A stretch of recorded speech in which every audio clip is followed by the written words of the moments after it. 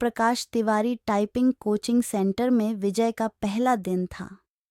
वह अपनी सीट पर बैठा टाइप सीखने के लिए नियमावली पुस्तक पढ़ रहा था। तभी उसकी निगाह अपने केबिन के गेट की तरफ गई। कजरारे नयनों वाली एक सांवली लड़की उसकी केबिन में आ रही थी। लड़की उसकी बगल वाली सीट पर आकर बैठ गई। टाइपराइटर को ठीक किया और टाइप करने में मशगूल हो गई। विजय का मन टाइप करने में नहीं लगा। वह किसी भी हालत में लड़की से बातें करना चाह रहा था। वह टाइपराइटर पर कागज लगाकर बैठ गया और लड़की को देखने लगा। लड़की की अंगुलियां टाइपराइटर के कीबोर्ड पर ऐसे पड़ रही थीं जैसे हारमोनियम बजा रही हो। क्या देख रहे हो? थोड़ी देर बाद लड़की गुस्से से बोली, आपको टाइप करते हुए देख रहा हूं। यहां क्या करने आए हो? टाइप सीखने। ऐसे सीखोगे? लड़की के स्वर में तल्खी बरकरार थी। मेरा आज पहला दिन है, इसलिए मेरी समझ में कुछ नहीं आ रहा है। आप टाइप कर रही थीं तो मैं देखने लगा कि आपकी अंगुलियां कैसे पड़ती हैं कीबोर्ड पर। आपको टाइप करते देखकर लगा मैं भी सीख जाऊंगा। यदि इसी तरह मुझे ही देखते रहे तो आपकी यह मनोकामना कभी पूरी नहीं होगी। लड़की फिर टाइप करने में जुट गई। विजय भी कीबोर्ड देखकर टाइप करने लगा।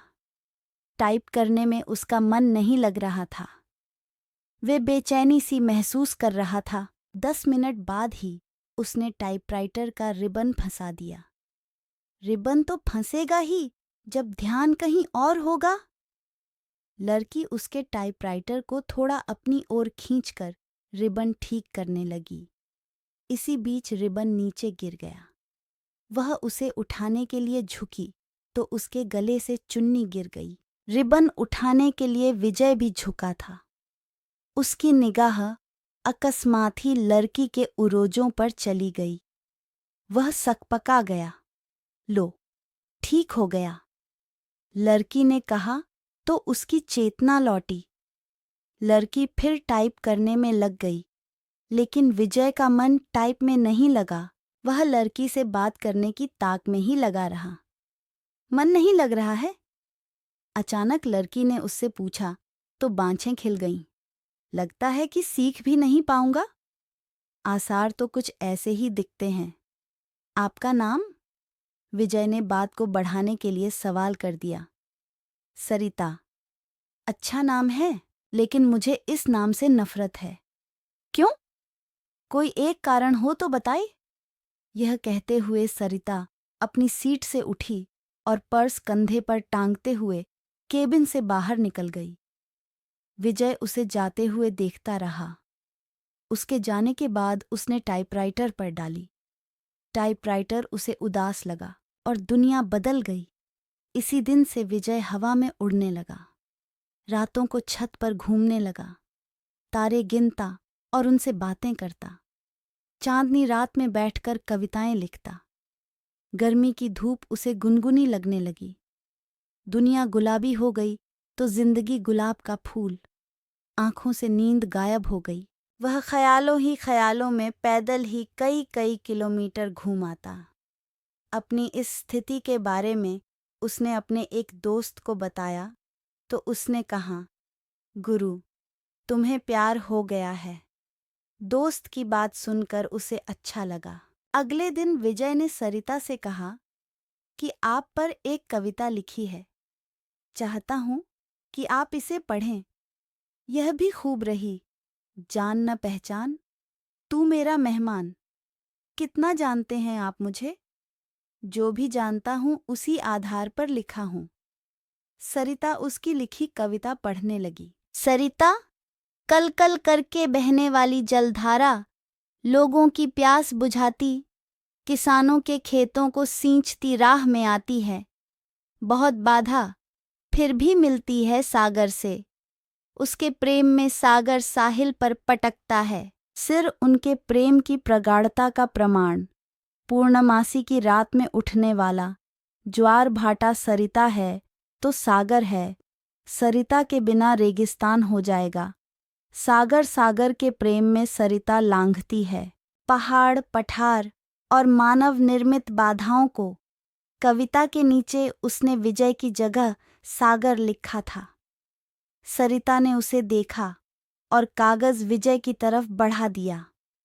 विजय ने कहा कि मैं चाहता हूं कि आप इसे टाइप कर दें। इसे छपने के लिए भेजना है। सरिता कुछ नहीं बोली, कागज को सामने रखकर टाइप करने लगी। विजय उसे देखता रहा। इस बात का आभास सरिता को भी था कि विजय उसे ही देख रहा है, लेकिन उसने कोई विरोध करने के बजाय पूछा कि आप कवि हैं? बनने की कोशिश कर रहा हूं। कवि भगोड़े होते हैं, सरिता ने उसकी ओर देखते हुए कहा। उसकी इस टिप्पणी से विजय सकपका गया। कवि अपने सुख के लिए कविता रचता है। रचते समय वह कविता के बारे में सोचता है। उसके बाद वह कविता को उसके हाल पर छोड़ देता है। कविता जब संकट में होती है तो कवि कविता के पक्ष में खड़ा नहीं होता। यह आप कैसे कह सकती हैं? मैं समझती हूं कि आदमी की जिंदगी भी एक कविता है। मेरी जिंदगी एक कविता है। मेरी जिंदगी मुझे अच्छी नहीं लगती, इसलिए कविता भी मुझे अच्छी नहीं लगती। अरे वाह, आप तो कवि हैं। अभी आपने जो कहा वह तो कविता है। कविता नहीं, कविता का प्रलाप है, उसकी वेदना, जो उस कवि के कारण उपजी है जिसने मेरी जिंदगी की रचना की। इतना कहकर सरिता केबिन से बाहर चली गई। कैसी है यह? विजय ने सरिता के टाइपराइटर को देखा। लगा जैसे टाइपराइटर किसी शोक गीत की रचना में मशगूल है। प्यार की खुशबू आज उन्होंने बातें अधिक कीं। उनके वार्तालाप को देखकर टाइपिंग इंस्टीट्यूट चलाने वाली मैडम ने उनके पास आकर कहा कि आजकल तो तुम काफी खुश हो सरिता। बदले में सरिता केवल मुस्कराई। विजय भी मुस्कराया। तो क्या मेरे प्यार की गंध इसे भी लग गई? अगले दिन सरिता जब इंस्टीट्यूट आई तो काफी सजी धजी थी। नया गुलाबी सूट पहनी थी।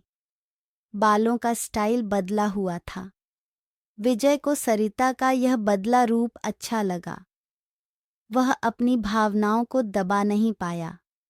बोला, काफी सुंदर लग रही हो।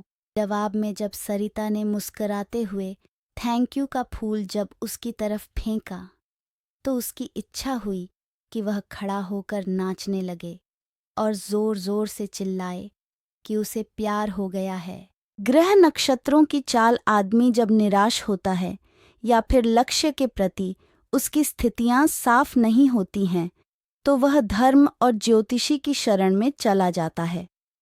विजय की भी हालत कुछ ऐसी ही थी। वह सरिता को चाहने लगा था, लेकिन सरिता भी उसे चाहती है यह स्पष्ट नहीं था। वह अपनी बेरोजगारी से भी परेशान था। घर वाले शादी के लिए अलग से दबाव डाल रहे थे, लिहाजा एक दिन वह ज्योतिषी के पास चला गया। नौकरी पाने के लिए वह ज्योतिषी से नुस्खे पूछता रहता है। उसने सोचा कि प्रेम पाने के लिए भी ग्रह नक्षत्रों की चाल जान ली जाए।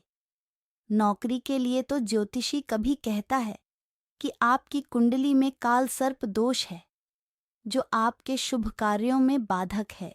इसकी शांति के लिए घर में मोर पंख रखें और प्रतिदिन उसे 2-3 बार अपने शरीर पर घुमाएं। सोमवार के दिन चांदी से बना सर्प का जोड़ा शिवलिंग पर चढ़ाएं। नित्य श्री गणेश जी की उपासना करें। धैर्यपूर्वक ऐसा करने पर ही रोजगार प्राप्ति की संभावना बनेगी।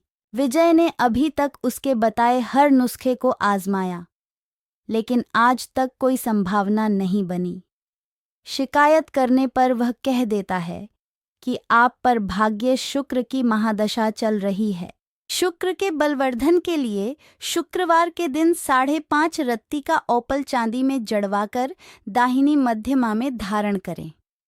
पंडित जी, मेरी कुंडली में प्रेम है कि नहीं? है ना? बहुत है। कुंडली पर सरसरी नजर डालते हुए ज्योतिषी ने कहा। प्रेम विवाह का योग है, लेकिन कुछ बाधाएं हैं।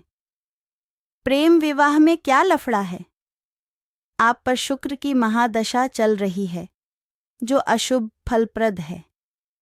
गोचर में भी आपकी राशि पर शनि की 7.5 चल रही है। शनि शांति के लिए प्रत्येक शनिवार कुत्तों को सरसों के तेल से बना मीठा पराठा खिलाए। ग्रह शांति के उपरांत ही प्रेम में सफलता की संभावना बन सकती है। सब ढकोसला है। इतने दिनों से आप एक नौकरी के लिए मुझसे क्या क्या नहीं करवाते रहे। मिली नौकरी? साला चपरासी भी कोई रखने को तैयार नहीं। भन्नाया हुआ विजय ज्योतिषी के कमरे से निकल गया। घर पहुंचते ही मम्मी कहने लगी, तुम्हारे पिता ने लड़की पसंद कर ली है। उनके दोस्त की बेटी है, बीए करके नौकरी कर रही है। तो मैं क्या करूं? शादी कर लो। बिना नौकरी मिले यह नहीं हो पाएगा। फिर तो पूरी जिंदगी कुंवारे ही रह जाओगे। बीवी की कमाई खाने से तो कुंवारा रहना ही अच्छा है। कहते हुए विजय अपने कमरे में चला गया। जिंदगी आसान नहीं,